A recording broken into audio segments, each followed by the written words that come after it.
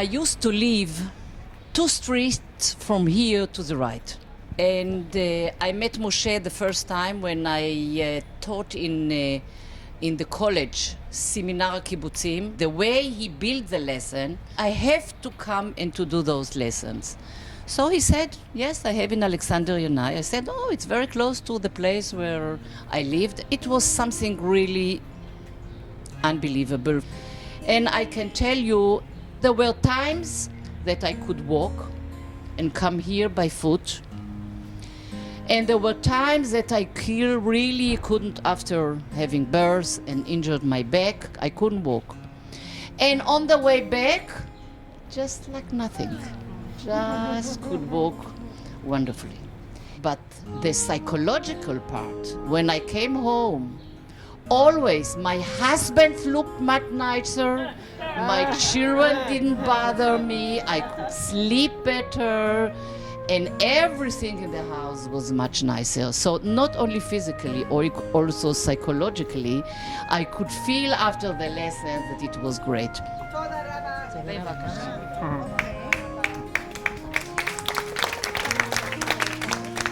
זוכרים את הגברת בן סירה, שהייתה בטוחה שמשה הוא מספר 2 שלה לפחות, והיא הראתה למשה כמה תנועות והוא עשה מזה שיעורים.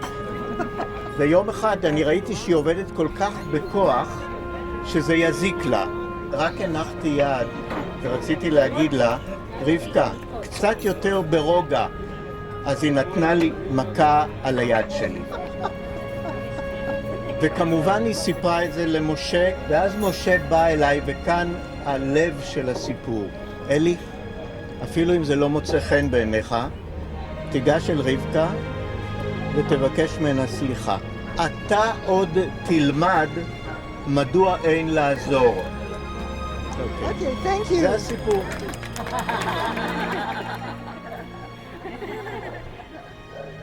I studied here for years and I never talked to Moshe one word. I read in the newspaper that in Tel Aviv University they opened a sport department. And I had an idea that I will go there and teach Feldenkrais.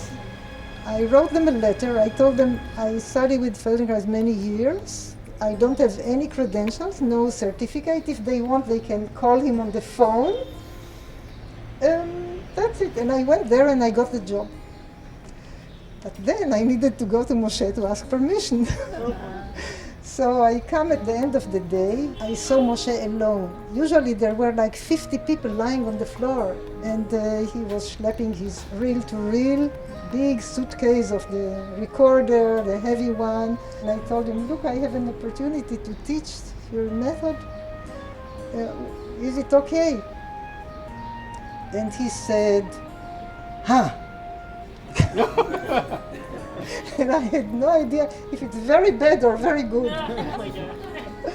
And then he said, you know, I think to teach some people my individual work, and I think you are suitable. Before he started, he said, it is very important for me to teach you my individual work, because then it will show it is scientific. Otherwise, it's just one talent of exceptional person. And then he said something also very sad, and I will tell it to you. He said, I know you will take what I'm teaching and you will go into the world and you will make a lot of money, and I will be old and sick and you will leave me. That wasn't quite so, but somehow that's what happened.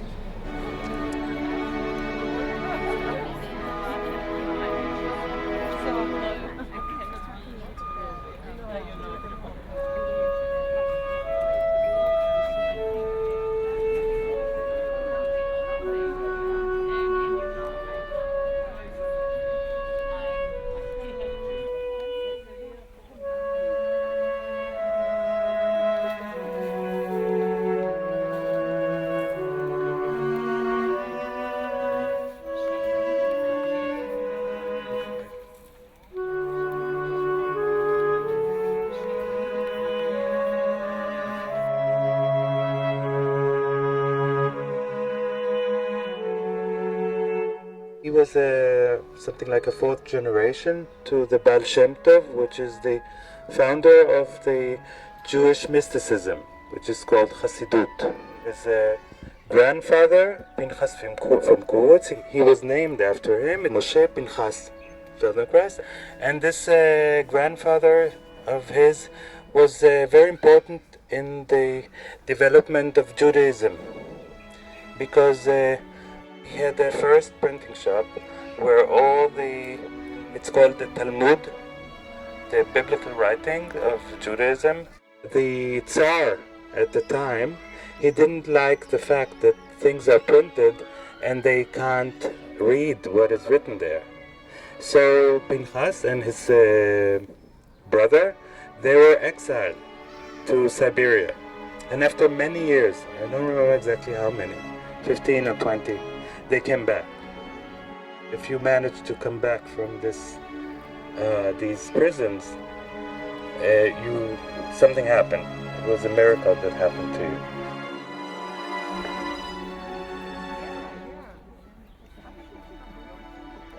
Okay. So this is the place of Moshe. This is his brother Baruch. That was the full opposite of him in every sense. His mother, Shendel, and his father. His mother was very important in his life. He really adored also the principle of motherhood. I remember reading a piece in the newspaper telling about Feldenkrais's mother starting to paint in such age, so beautiful. I don't understand my son. He had such a beautiful job, such interesting, so respectable, and he moved into touching asses.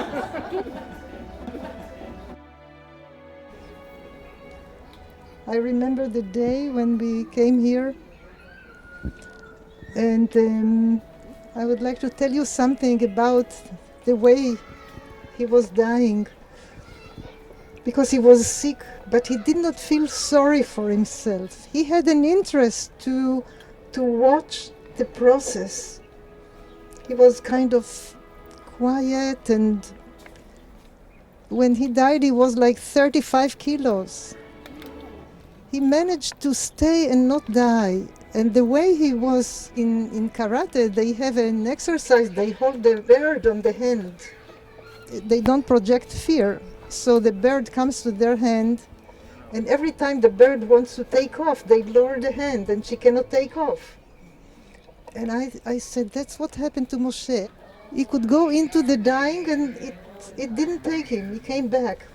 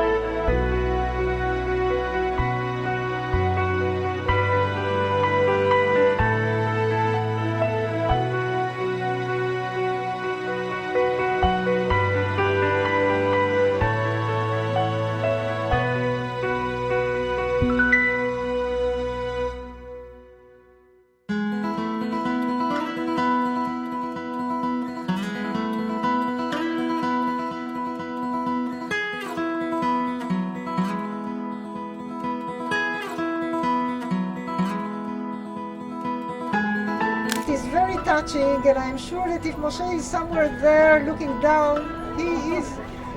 he wouldn't admit it, but he's happy.